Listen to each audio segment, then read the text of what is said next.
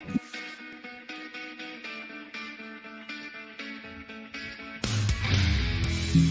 listening to the Sticks in the Six podcast. Here are your co-hosts, Andrew Forbes, Peter Baracchini, and Alex Hobson.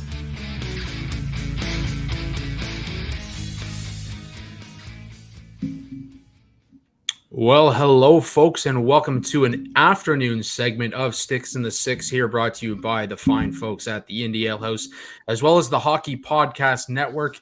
As you can see, I'm here, Andrew, with my co-host here, Peter Baracchini, and Alex will be joining us shortly. Episode 130, Peter, and we've been talking a little bit. Normally, we take our hiatus in August. I think we're going to kind of stick it out. We've built a pretty solid following with all you listeners who tune in weekly. So shout out to you guys for pushing us to continue the content throughout the summer. Hopefully, we can get a few guests on as the summer rolls through as well. But before we dive into the few notes out of the Maple Leafs world this week, Peter, how you doing, buddy? Doing great. Yeah, it's been a quiet week and less eventful than the one previously before with all the signings happening. Not a whole lot going on, but you know what? That's just summer right now. You know, you're gonna hit these like peaks and valleys in terms of like talking points and everything like that. But you know what? Like you said, it is what it is. My week has been good. You know, again, I'm very low key. I'm very quiet, but today, before I came on, did some like morning shopping, got a lot of stuff out of the way. Been a while since I've actually gone to a mall and just like, you know, walk around and take the time to look at stores and stuff like that. So you know what? First time in a long time, I managed to get a lot of things checked off my list to get some new wardrobes, get some new things for the attire for the summer and everything like that. So yeah, that was, again, it may seem kind of boring, but you know, that was my highlight of the day. Buddy, the dog days of summer for hockey and for what we have going on. I mean, it's everyday life. Yeah, it's a hot one out there, so I can understand that. Like, it's been a hot week. It's either been raining or it's been overly humid, and there's not a lot you want to get out and do when it's like that. I mean, even the beach can be tough when it's humid and the air quality is kind of shit. And but you know, it's like you said, it's the dog days, and we kind of power through it so that we can enjoy what's to come in the coming months here. We've been through the draft. We've been through the first week and a bit of free agency. We have arbitration coming up. Only one Maple Leaf on that list this season, so that's always a good thing to do. Before we get into that, though, I want to get something off my chest in terms of something that grinds my gears. Now, you and I have been writing for the Hockey Writers for a number of years now. Great publication to write for. They do quality work. Dean, Kyle, Bruce, shout out to them for what they do. Matt for what he does as well. Yeah. But you know, one of the things that we did in the early days, and I've been writing for them. I'm in my 10th year at the Hockey Writers, so I've been writing for them for 10 years. Is you share your work.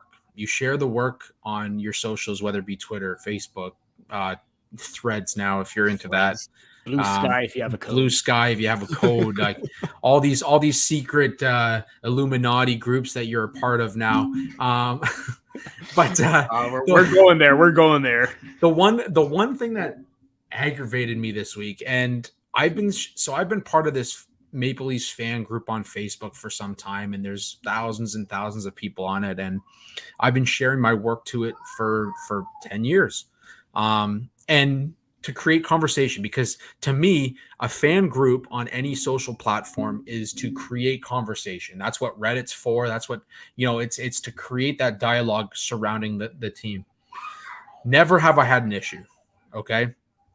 Until this week, and I shared the Nylander piece, and I don't know if this admin, and it's not even the head of the group, it's one of their admins contacted me through private message on Messenger. So I got a message request because obviously I don't have this person on Facebook, and wrote here, it's a blurred message because of the content it may have. Rule 4 of the group now says, and this is all she said: don't post your blogs on Toronto Maple Leafs Central, ! No, hey, sorry. I noticed this was something that, I mean, just so I had to bite my tongue. One of the things that we do is we don't always write back to commenters on our piece. We were discussing this before we hit record here, because some of them are just trolls. Some of them are just looking for a reaction. But to me, that was like one of the most ignorant ways to approach something when somebody's a part of your group, to create dialogue surrounding a team that everybody in the group is apparently a fan of. Why are you not wanting to create the dialogue? Yeah, people are going to comment. It creates conversation. It creates group. It creates more activity on the group as well. Like the interactions, everything. It creates a community. And instead, you've got somebody writing, "Don't post this on the." Anyways, it grinds my gears.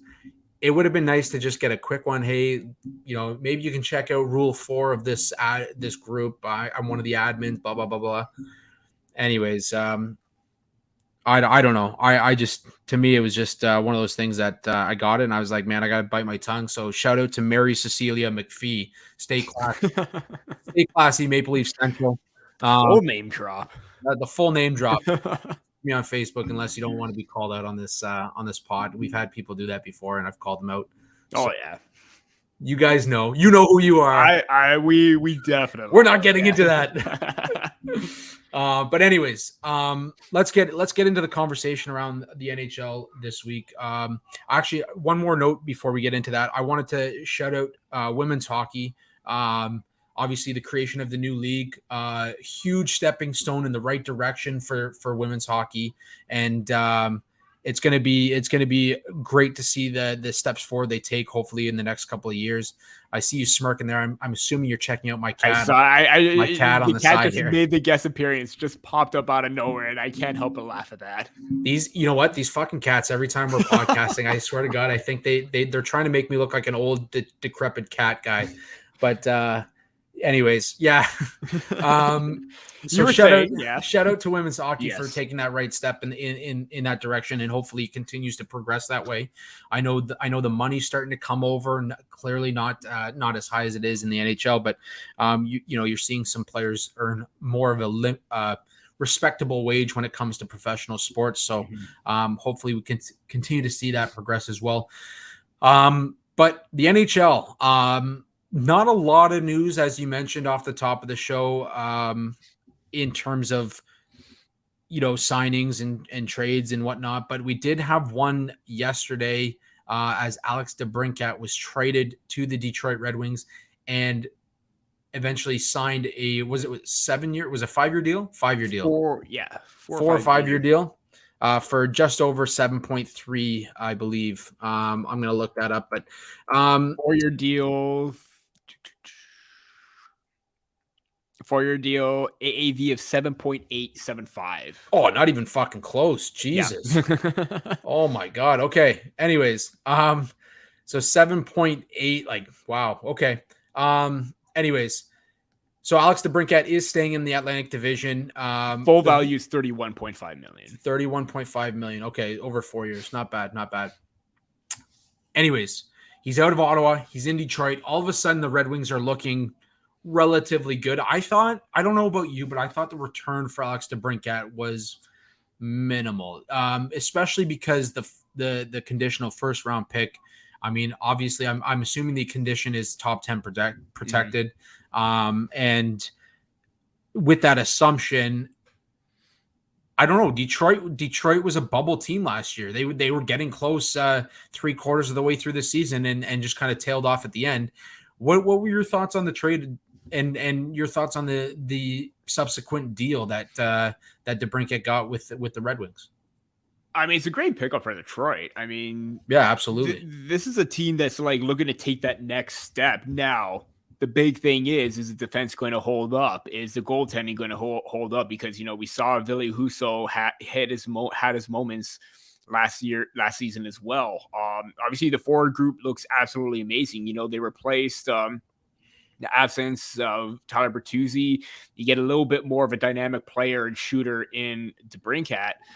But for Ottawa, before I go to Ottawa, the big thing for Detroit is, again, is this enough to like move the needle forward and make them a little bit more competitive? On paper, up front, yes. But again, the big issue lies in the back end. And if they're able to solidify their defensive core, the goaltending, if it's, consistent, maybe they can make a jump.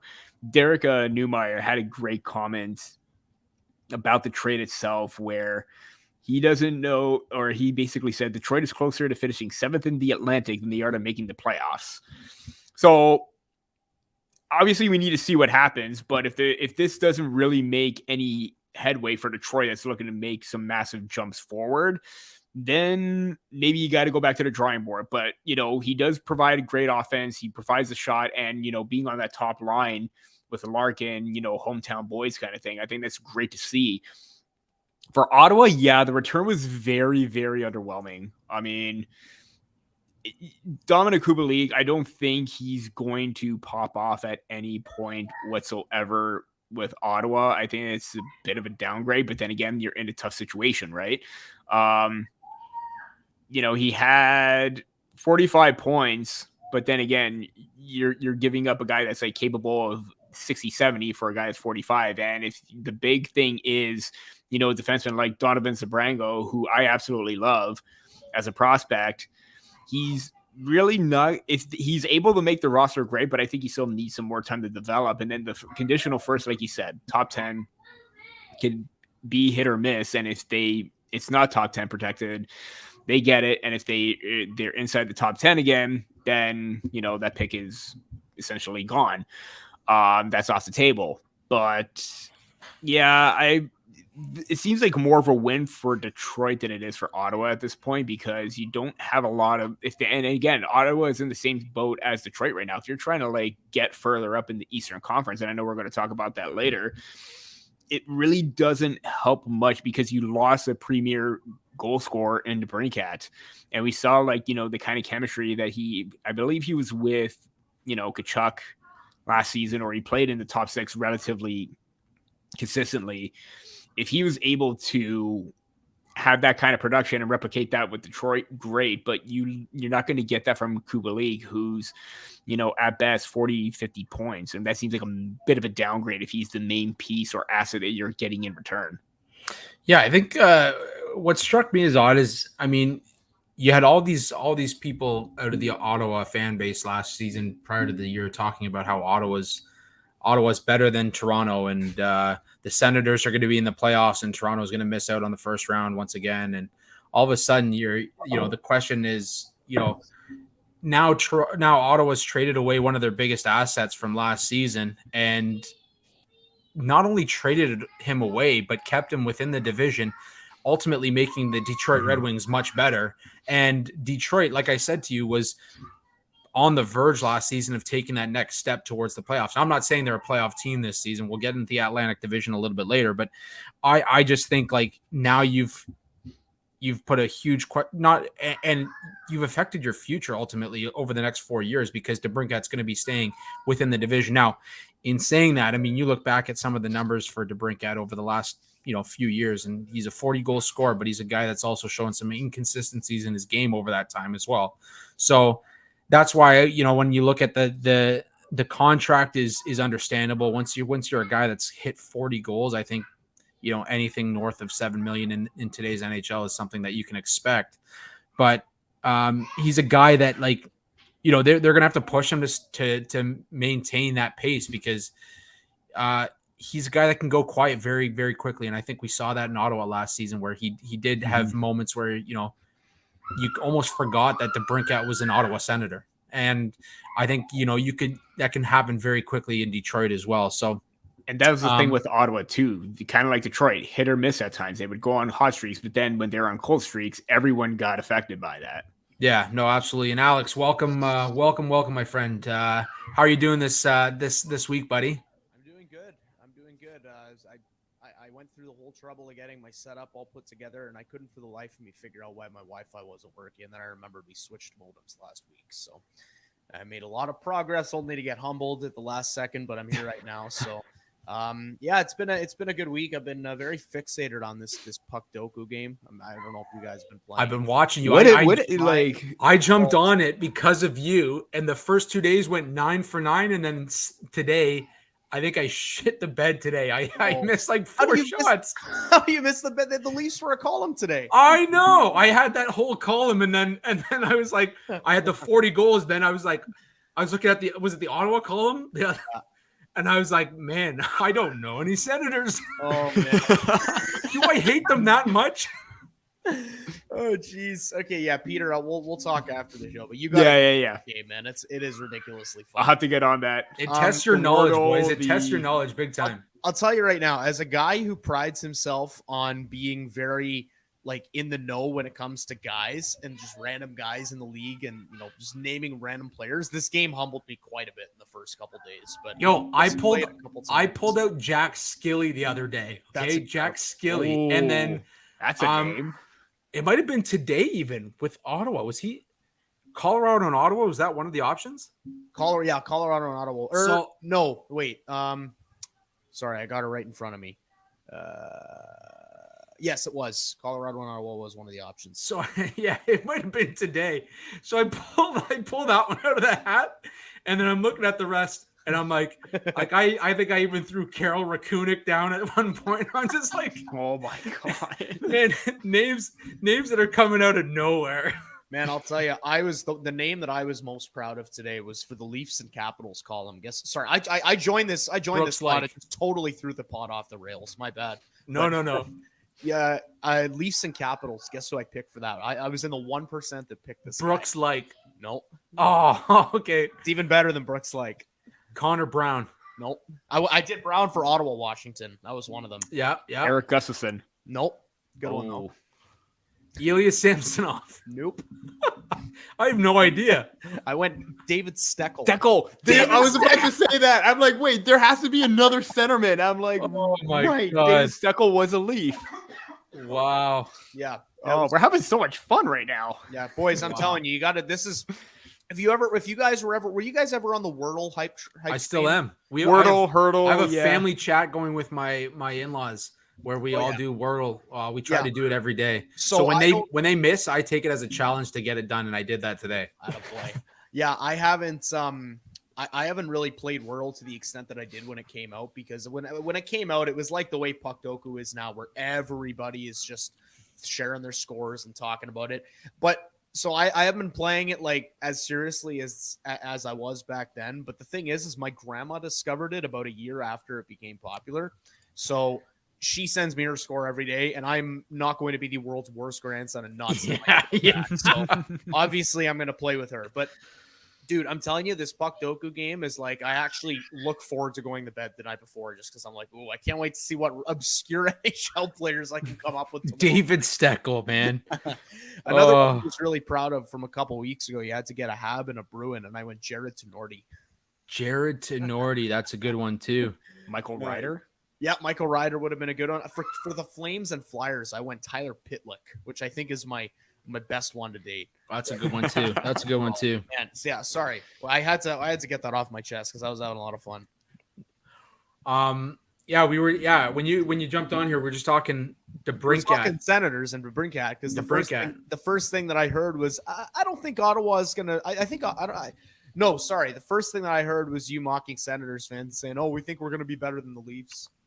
Yeah, more Sean Simpson, but I feel bad mocking him now that he's out of a job. So, oh, that's right. But anywho, what your thoughts, Alex, on the return that the Sens got? Because I think Peter and I both agree that, I mean, the Sens kind of got shafted on this deal, but also the subsequent deal that DeBrincat signs with the Red Wings.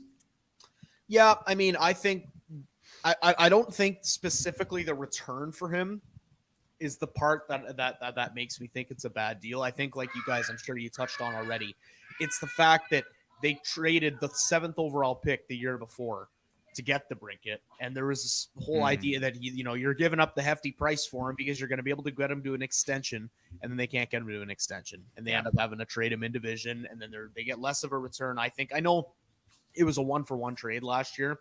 I think. Was it 1-for-1? It's just the pick. I think there were other pieces There involved, were, but you yeah. even got a sense that even when the trade happened, that it probably wasn't going to end well. I think they got 2 first-rounders it was either 2 first-rounders in a second or a first and 2 seconds. But either way, I think that the return that they got this time around, as opposed to what they paid up for him, was lesser and had less value. And like you guys said, the whole trading him in the division thing, like this guy's got the opportunity to play against you 4 or 5 times a year for the next 4 years. And the thing about the Red Wings, I actually like the deal that they signed him to, because the way I see it, they're only paying for his good years. So, if he comes out and he scores, I heard you say, Andrew, that when you score 40 goals, it's open season. Like you can get any number, like you can use that as leverage, and some team will bite and give you way too much. I think that getting him at just over $7 million for a guy that's scored 40 goals before is a pretty decent value contract.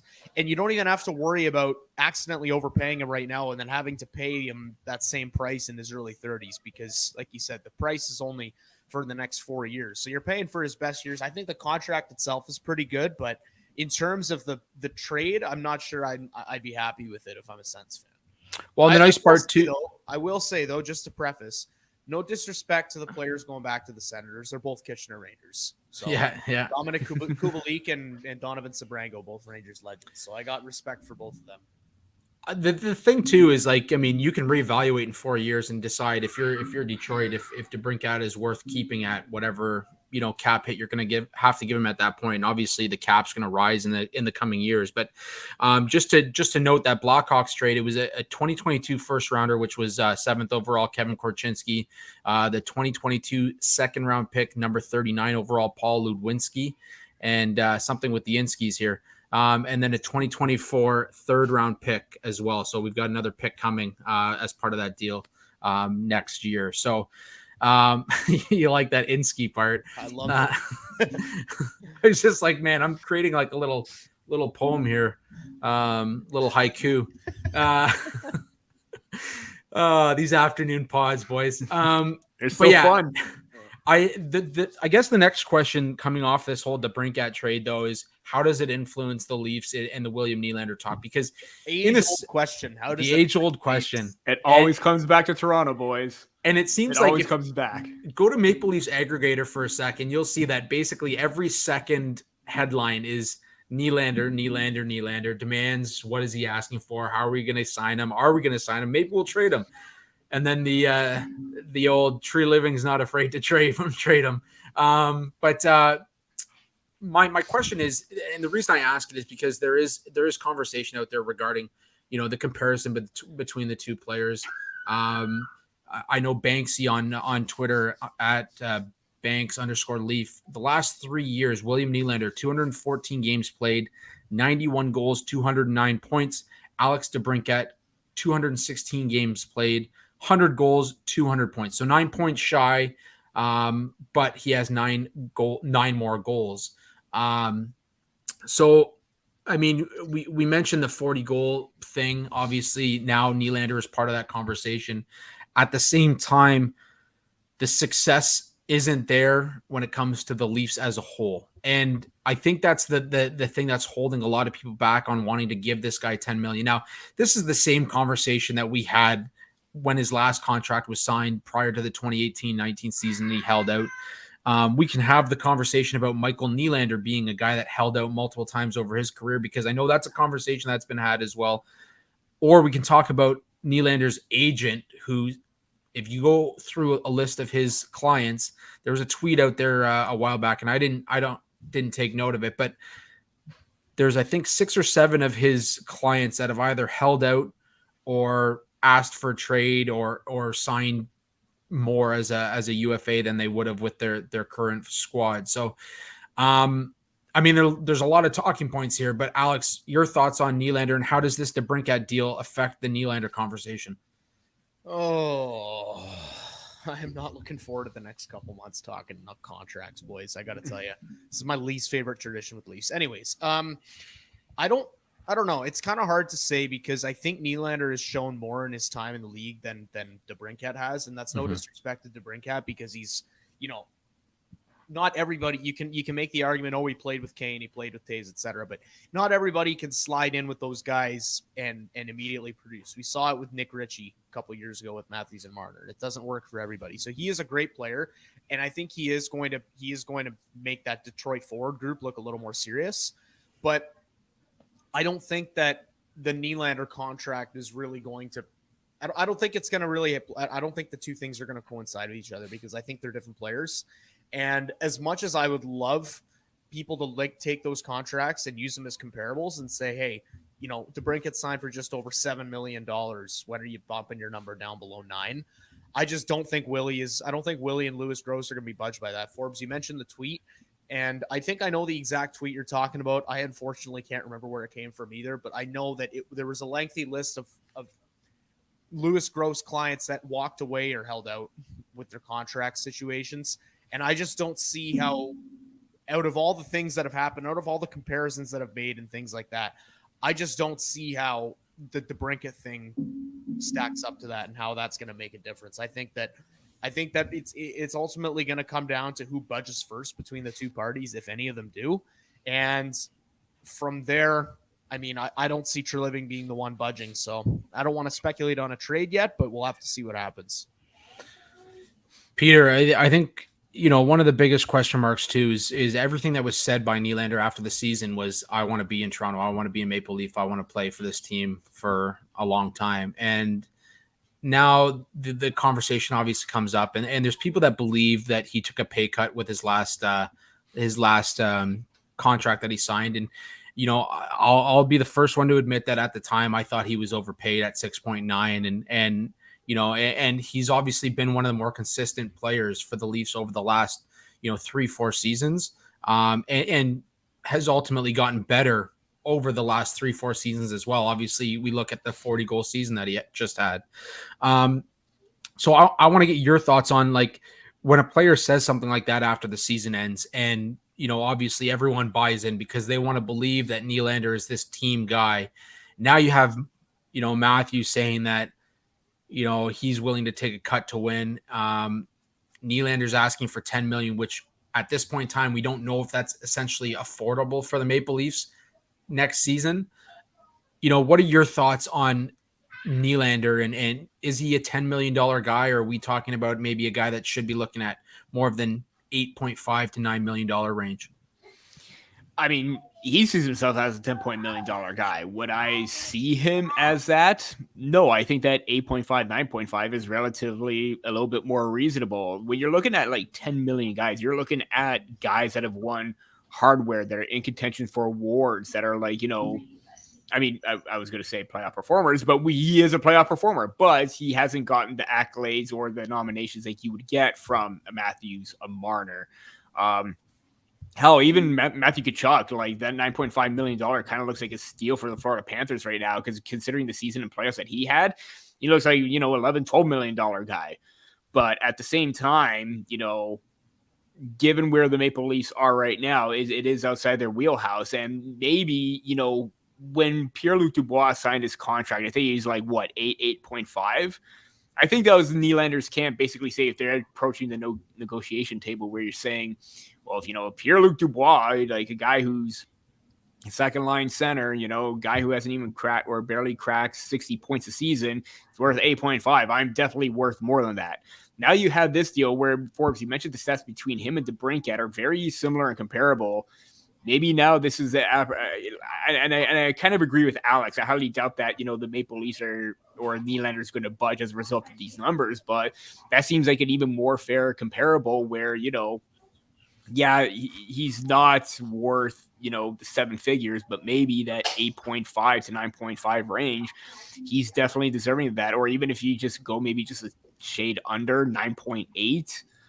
But then again, and not only that, with the cap going up, there's that issue. So maybe you try and work something out where maybe the first year or two, it's in that range that the Maple Leafs want. But then in years 3 to 8 or something like that, maybe it increases halfway and then it goes down because, again, we don't know what the cap is going to be like. But then again, Nylander, like Alex said, Nylander did take a cut in his last contract. Now this is his time to say, hey, I want to get paid. why should I have to take another cut on top of everybody else saying that they're going to take a cut kind of thing. Yeah, it's definitely interesting to see how this is going to play out. I don't envy both sides because, this is probably going to be another situation where it's going to go down to the wire. And, if you have to trade Nylander to get assets in return instead of letting him walk, you might as well just do it because you don't want that to happen where he walks for nothing next season. Yeah, I was going to say you don't want it to be a Johnny Gaudreau situation, right? And Yeah. I think the tough part is now, his no movement clause kicked in. So obviously there's a 10 team no trade clause, no trade move, no trade list. No trade list. I'm trying to figure out what I'm saying here, but 10 team no trade list. Yeah. 10 team no trade list.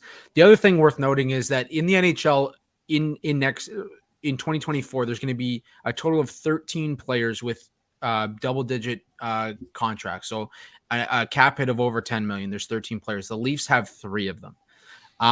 If they sign Nylander to a $10 million contract, you're looking at the Leafs having 4 of 14. And all of a sudden the conversation becomes, can the Leafs afford to have 4 guys at 40 million plus?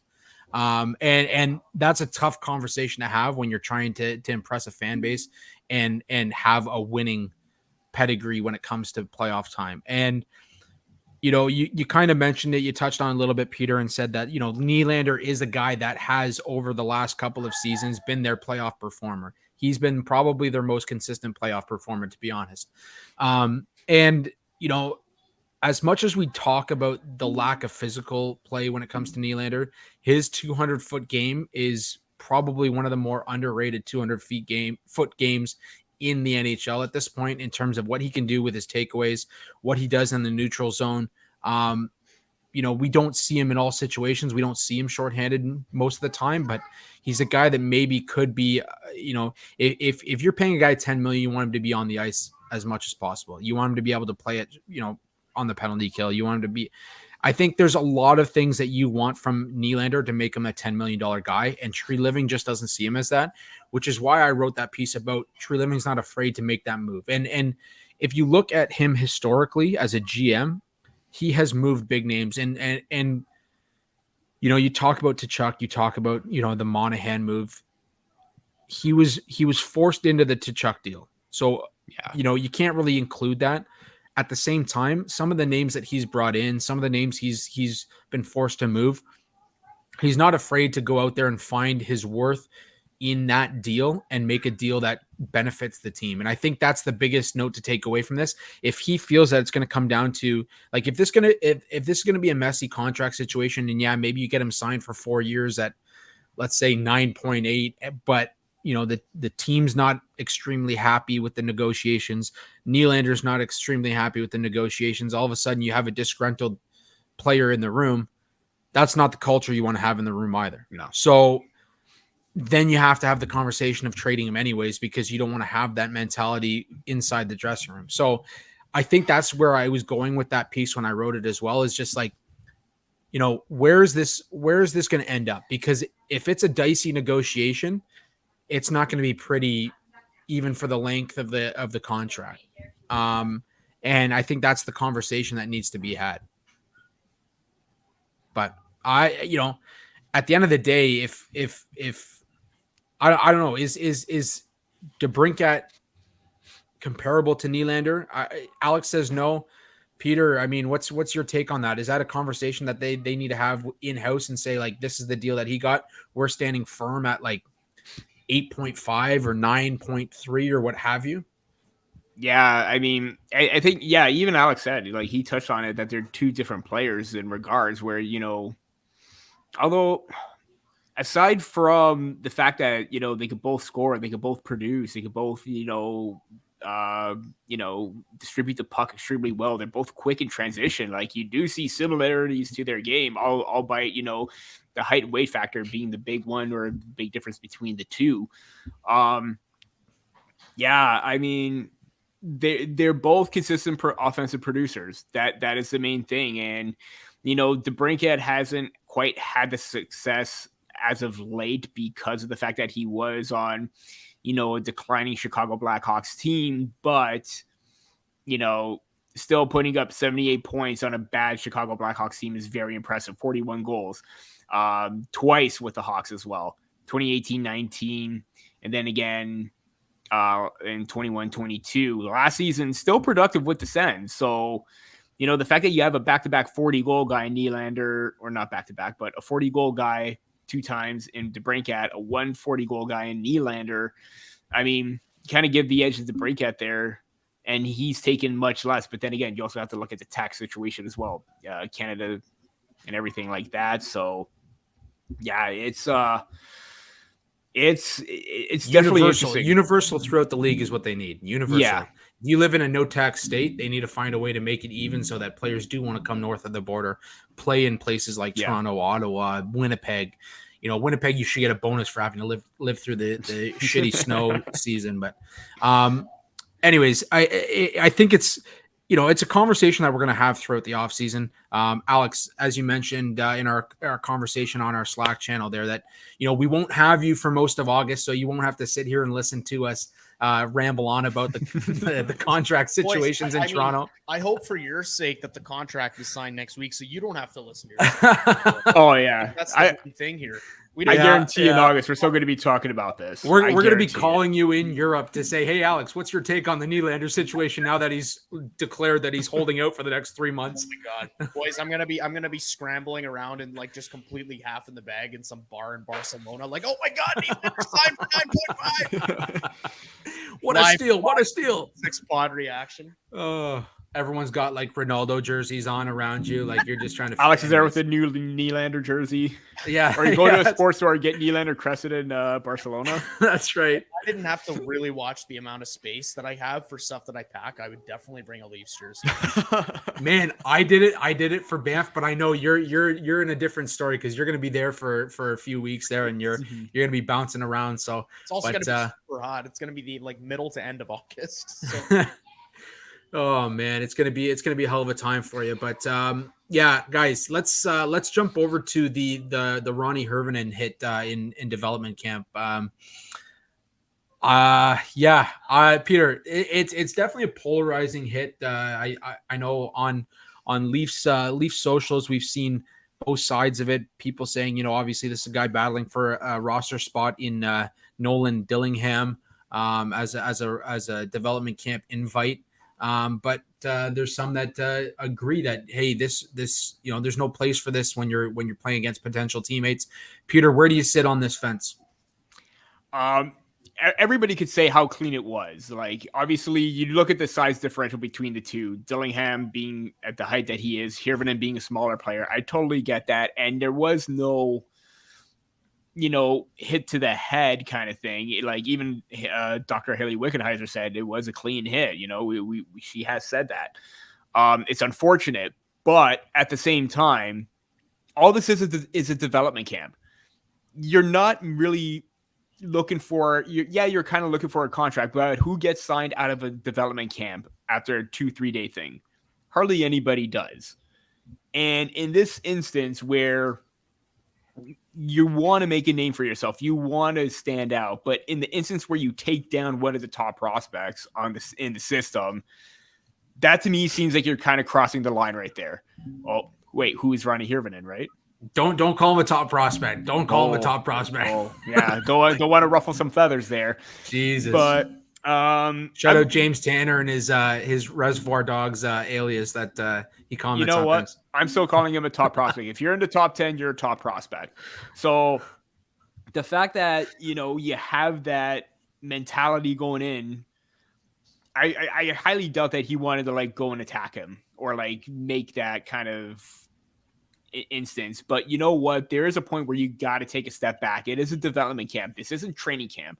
This isn't preseason. This isn't the rookie tournament. There is like a lot of time for you to try and make your impact. I don't think this is one of them. You look back to, we even talked on air and I found it right now. It's a little bit of a different situation, but the hit that Clark MacArthur sustained after returning from a blindside hit from a younger player in Pat Siloff, who was trying to make a name for himself. And then, things got ugly very quickly. I believe Bobby Ryan jumped in there to send a message, what the hell are you doing kind of thing. I don't know if the same message could have been sent here, but you know what? There is something where it's like, you know what? Take a step back. It is development camp for a reason. You're there to hone your skills. You're there to develop and improve on everything. You're not there to take somebody out as a result of trying to make a statement. Everybody like can agree or disagree with that. I really don't care. That's just how I feel. I think that, you know, it crossed a bit of a line there. Alex, an invite to development camp, trying to make a name for himself, trying to get a contract. Your thoughts on the Hirvonen hit? Yeah, I mean, Peter pretty much tackled it. I think that it's one of those things where I do see both sides of it. Unlike some debates where people like to say there's two sides to it, but there's usually not. This one, I actually do think there are two sides to it, because in this case, I understand that there's a kid here who's known for being defensive, known for being physical, and you want to catch your management's eye of the team that invited you to a dev camp. You want to catch their eye, and you know, if you play a heavy defensive physical game, the only real way to do that is by playing strong defense and then by laying the body every now and then. So I understand what he was going for, but I also think that people overestimate what development camp really is. Like this, we're not talking about him throwing a hit like this in training camp or in preseason or something like that. Like the whole point of development camp is to bring all the rookies together, get them feeling comfortable and accustomed to the league, have them spend time with each other. Like you saw all the Leafs prospects where they were cooking this week. They went to the Ripley's Aquarium. I saw a video of the Canucks prospects at their development camp. They're all climbing a mountain together. Like it's almost like going to summer camp in a sense. Mm-hmm. So Team bonding. Yeah, it's team bonding. So I don't see the point to go out and hit someone to the point where they get a concussion. I'm sure he wasn't trying to give Hirvonen a concussion, but when you lay a massive open ice hit like that, like that's not that's not going to get you a contract. Mm-hmm. Like laying one big open ice hit, like I don't care how old some of these GMs are and how stuck in like former eras they might be, but I just don't see any teams giving out contracts simply because players are throwing a big hit in the development camp game. Like I understand you're trying to not trying to show off. I understand you're trying to show what you're capable of and what you can bring, but like for an open ice hit like that in a development camp, I don't think it was necessary.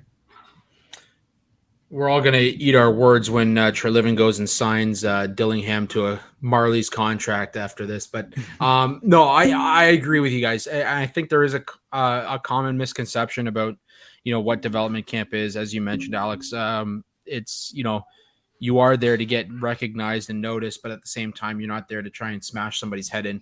At the same time, you know, I went back and watched the video a few times here, and I do think, like, if you watch Dillingham, his feet weren't really moving. I think he was kind of caught by surprise that he had the opportunity to lay a check like that. And obviously there's no malice intent. Like, he wasn't trying to injure the kid or anything like that. But at the same time, as opposed to what Reservoir Dogs thinks, you know, Hirvonen is one of the top prospects within the Leafs organization when it comes to forward depth. And to see him go down with a concussion in a year that he's supposed to make that next step in his development, obviously hurts the team. It hurts, you know, Roni Hirvonen. And I think, you know, it's for when you're talking about Dillingham, I think, you know, it just kind of puts you on that spot where the team looks at it and says, you know, obviously this guy doesn't have the wherewithal to know who he's hitting, maybe. And maybe that plays against him. So I think I mentioned it in my piece. I think he'll be looking for a contract elsewhere. I don't think Toronto goes out and signs somebody like that afterwards, but you know, it's a kid out there trying to do his job, and his job is a physical defenseman. And if you look back on his numbers when he played with Sarnia, it's, you know, he's not a guy that's known for his offense. He's a guy that's known for his physicality, and he did exactly what he knows how to do. And unfortunately, the result is what it is. But I think for people to go out and basically call for this guy's head on a platter, I mean, you know, it's still development camp. This guy is still trying to play for a spot, and unfortunately, you know, what happened, and hopefully Hirvonen it's not as serious as it looked, and he bounces back and has a big season for the Marlies. So I think that's where we're all. I'm glad we're kind of all on the same page, because obviously, like I said, that's a very polarizing topic when it comes to the conversation surrounding it. So, like he didn't go out and slew foot him in the corner or something. No, Yeah. no. It wasn't like he was being dirty. It was just PK Sluban. Yeah, like we touched on, like there was no malice intent there. Again, he just stood his ground, but at the same time, again, given the situation that they were in and how Alex said, it was there to develop, grow as a group. Is that really the right time compared to closer to the season when that is the case? Yeah. I mean, obviously, if this is a guy that's vying for a spot, and you're talking about, he's stepping into a couple preseason games or what have you, maybe then we're having a different conversation. But I just think, time and place, right? Time and place. But anyways, before we move on to our next topic here, boys, just a quick word from our presenting sponsors, the Indie Ale House. The dog days of summer are back, and with it, so are the rumors, I guess. Let's say rumors surrounding some of the contracts that we'll be seeing. Getting ready for a night out or watching some of this hockey content or baseball, for that matter, at home with the gang. What better way to do it than with a nice cold one from the folks at Indie Ale House in Toronto? With 2 locations in the city, at Italy, Toronto, at Bay and Bloor, the Biroteca location. They have 2 big screens, amazing authentic Italian food, and loads of beer. Also at OG Brew Pub in the Junction at Keele and Dundas with 120 seats, famous bar food, and 12 taps. Indie Ale House is an award-winning brewery featuring their flagship Instigator IPA and dozens of rotating monthly special release beers. Perfect for takeout, dine-in, or bottle shop online orders when planning for game night. You can find Instigator IPA and Marco Polo Pilsner at finer LCBOs across the province as well. #LiveIndie is the motto. Adventurous, fun-focused beers with a selection for everyone, from healthy dose of in-your-face hoppy beers for the beer geeks to mainstream pilsners and easy drinking options. Indie Ale House is the go-to for game day. Visit www.indiealehouse.com today to place your orders. And boys, speaking of adventures and adventurous beer drinkers, there's an article out there about John Klingberg and the adventures that the Toronto Maple Leafs are in line for when it comes to a player like John Klingberg. And Alex, I mentioned to Peter off the top of the show here before we got going, it almost reminds me of the aura that surrounded a player like Jake Gardiner, and always making those risky moves and those plays that you're holding your breath for. And, one of those guys that keeps you on the edge of your seat, even though he's maybe not for the right reasons. So Peter, before we throw it to Alex, what are your thoughts on John Klingberg? Is he going to be a guy that gives me a heart attack at the age of 35, or what are we looking at here? I mean, I look at it as a more offensive version of probably Justin Hall, where maybe the defense is probably still a big question mark, but you know what you're getting from him offensively, the transitional game, getting pucks on net, and that's going to be key. You want to alleviate some of that pressure off Morgan Riley, because it seemed like he was always trying to carry the offense so much. And although he doesn't shoot as often on the power play, you need pucks on net, and Klingberg is able to do that, whether, it's actually finding the back of the net or getting second or third opportunities with deflections, rebounds, what have you. He knows how to do that. That's what he's going to be relied on with this Maple Leafs team, getting more power play time, getting more looks in the offensive zone. Obviously, the big issue is defense. I mean, whether he is aggressive with the pinches, jumping up into the play too much and then getting caught. It definitely is going to be a whirlwind, but it's one that it's been expected, or, the sense of it ever since that, his time with the Dallas Stars, where it was always a roller coaster, especially after he had that, 67-point season. Everything started to dip and tail after that, where that was kind of like the highlight. And then all the inconsistencies started to come in. Health was a bit of an issue and a factor, and I think maybe he was trying to do a bit too much. But it's not out of the realm of possibility that maybe he can try and find a little bit more consistency where he's not much of a nervous wreck in his own end or like getting the fans on their seat. Hopefully he is able to come around and have a little bit more of a bit of an effort and within his own end where maybe it's not as bad as we seem or as bad as it seems, but you're getting offense from him. It's not the defensive game that he was brought in for. It's that dynamicism and mobility from the back end. Alex, your thoughts on, is this a guy that we have to worry about? Is he a more offensive Justin Hall, or are we looking at maybe a guy that the same guy that the Dallas Stars were willing to throw money at just a couple of years ago? I think it's the same guy the Stars are willing to throw money at. And, you could say that's a biased take because he's signed with the Leafs now. But overall, what I think is that the fact that, he played in Anaheim last year, I think is really kind of swaying what people think about him because Anaheim was a really bad hockey team. And when you're playing for a team that bad and you have no support around you, your mistakes are going to be, they're going to glow. And Luke Fox does make a good point in that, the mistakes that he made in Anaheim are not going to fly the same way that they would have in Anaheim when he's in Toronto. But got to remember that at this guy's best, he is like a 50 to 60 point player. I don't know if he'll be exactly that in Toronto, but I think as long as they're getting 40, 45 plus points out of him, which he's absolutely capable because he mentioned he'd be getting power play time. So you'd have to imagine if they plan on stacking up the units again, he's going to get time on that top power play unit.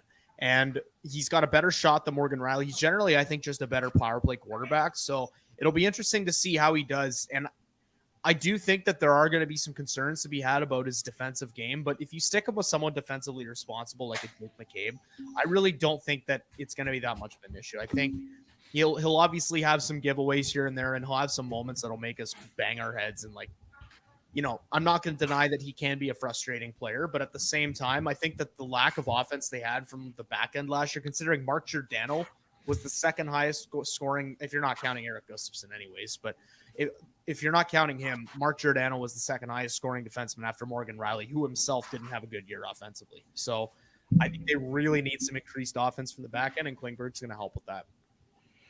Yeah, I think obviously you touched on Luke Fox's article. The comment that people are focused on is Minnesota-based writer Michael Russo from The Athletic said, one of the scariest defensemen I've ever watched. He takes some unbelievable risks that put his team in tough positions. At the same time, you got Treliving that came out and said he's an elite offensive player. And then you had Ryan Reeves, who also played in Minnesota, saying he was great. I thought he got up and down the ice very well. He's a guy who can break out the puck by himself very well. He brings the puck up into the offensive zone. If there's a turnover, he skates so well that he can get back and support the D-man. He's very good on the power play, holds the puck and drags it across the blue line very well. He can really power play it up there. So I think he's going to be good for the power play. So, I mean, you're not talking about a guy that's going to eat up 25 minutes a game. And I think that's got to be the focus as well. Like, you already have Morgan Riley. He's going to be kind of the guy that he's still your guy. He's still the forefront of your defensive core. Klingberg's there as a supporting role. And I mean, for a guy like Reeves, who sat on the bench and did watch a lot of the game, to come out with those comments, I mean, he saw it from a different perspective than other people as well.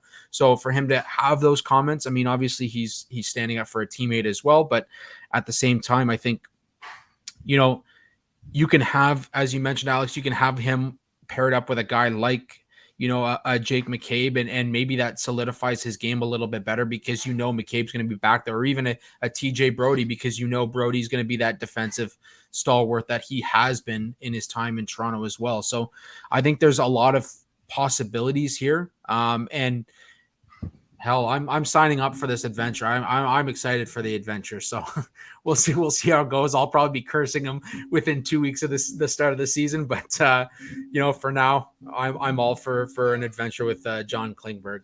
I just want to say one quick thing. It's interesting that Reeves was able to give that glowing review of him with the defensive game. I mean, what better way than, obviously he played with New York, but he had more time with the Minnesota Wild than Klingberg did.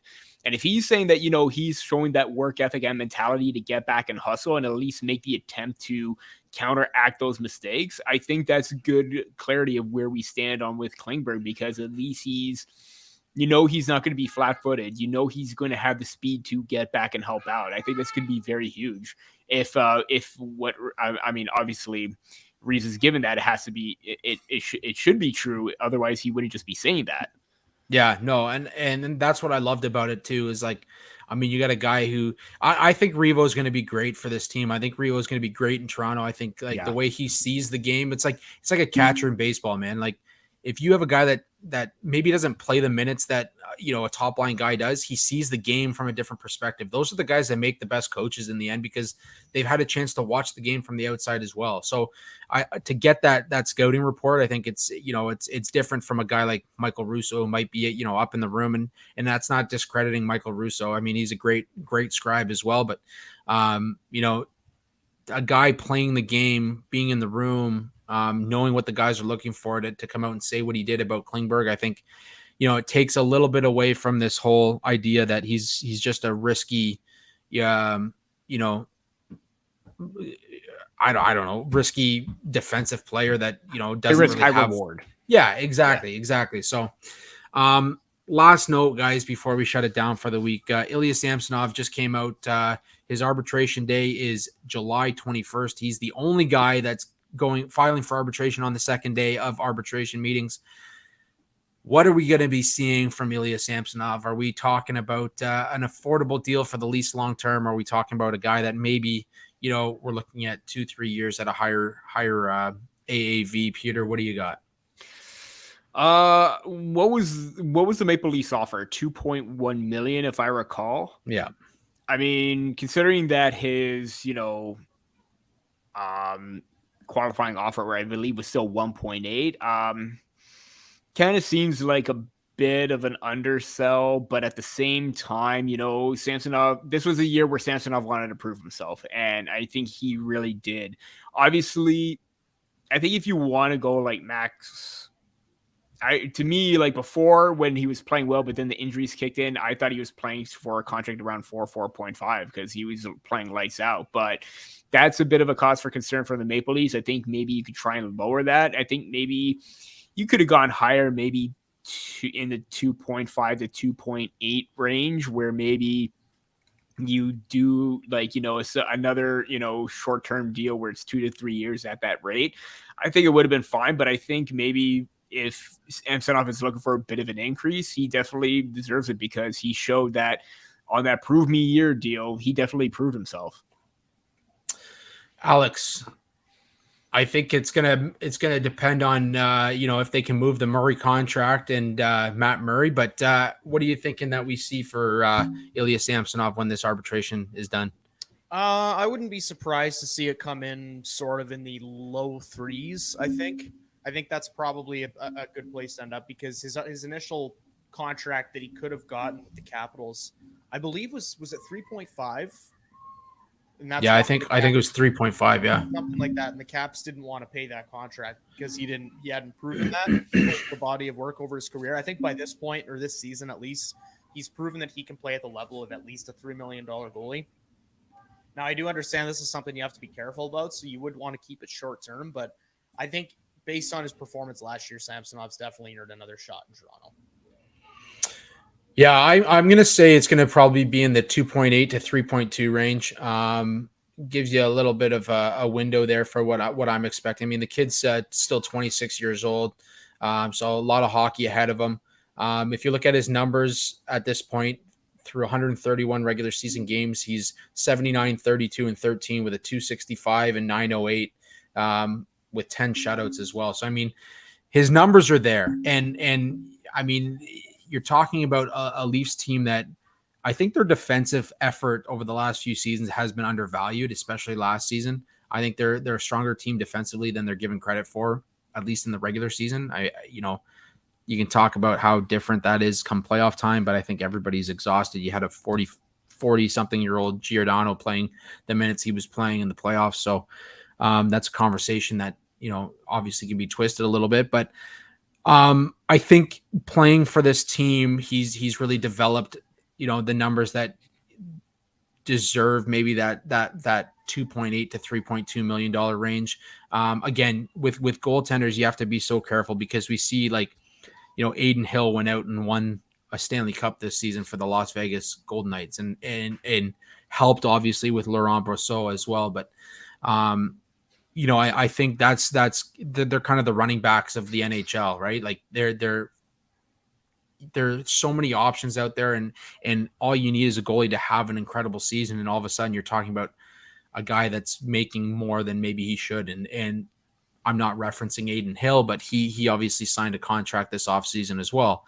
At the same time, I think Ilya Samsonov is your middleman right now until you get your guys like Arthur Akhtiamov and Vyacheslav Peksa. I think those are your guys of the future. Those are the guys you're developing. They were at development camp this week. Haley Wickenheiser was saying how both of them are developing well and will play, next season in Russia again. But, I think the conversation needs to be had where we need to develop a goaltender from within the organization. And right now, your middleman is Ilya Samsonov and maybe Joseph Wall. And once you get past that, that's when you want to have your guys that you've drafted, you've developed, and organizationally, those are your options moving forward. So I see him kind of making that high 2 million, low 3 million kind of range, but obviously it's going to depend on what the Leafs can do with Matt Murray and getting some cap relief, I guess, at this point. So, boys, just before we close it out here, last word from our wonderful sponsors at DraftKings.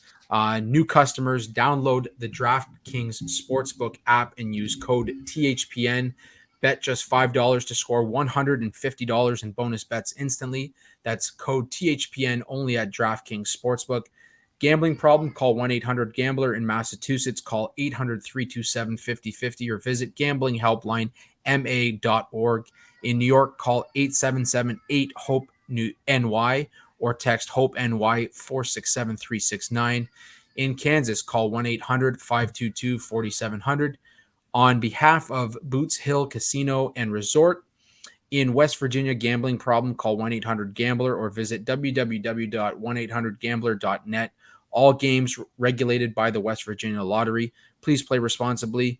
In partnership with Hollywood Casino at Charlestown Races. In Connecticut, help is available for problem gambling. Call 888-789-7777 or visit ccpg.org. 21 plus in most eligible states, but age varies by jurisdiction. See DraftKings.com/sportsbook for details and state-specific responsible gambling resources. Bonus bets expire 7 days after issuance. 1 boost per eligible game. Opt-in required. Max bet $50. 10-plus leg required for 100% boost. Eligibility, wagering, and deposit restrictions apply. Terms at DraftKings.com/baseball terms. Anyways, boys, before we close it out here, anything else you wanted to add on the NHL offseason, the Leafs, or what we are looking at going forward? Starting, I believe, tomorrow morning at 5 a.m, I'm going to be doing a daily cheat sheet almost to the daily Puck Doku for the Leafs Nation. So I feel like not doing it the honorable way and cheating, which I can't lie, I've done at least once since the thing has started. Go check those out. Beautiful, beautiful. Peter, what do you got coming for us, buddy? Still some more prospect talk in the Leafs system. Who should we watch this season? Obviously, you're looking at some of the top names because they're going to be at the forefront this time around and not, playing second fiddle to, other players that are, that were higher up in the depth chart on their respective junior teams. So the opportunity is there for them to break out and have a massive impact. So look forward to that or writing that up in the coming days. Beautiful. Well, boys, as always, you can follow any of us on Twitter at Andrew G. Forbes, at AHopson Media, or at P. Barricchini. You can also check out our socials down on the bottom there. Twitter at Sticks in the Six Pod. That's STIXINTHE 6IXPOD. If you're heading out to a concert or any sporting event over the next little while, check out SeatGeek using promo code Sticks in the Six. STICKSINTHEP 6IX, and you'll get $20 off your first purchases as well there. Otherwise, make sure you subscribe on YouTube or any of the socials, and be sure to check us out on any of your podcast streaming platforms that you use. We're on every single one of them. Otherwise, big shout out to THPN for hosting us as always, and to Indie Ale House for joining the podcast and continue to sponsor us throughout the summer. Until next week, boys, it's been a good one.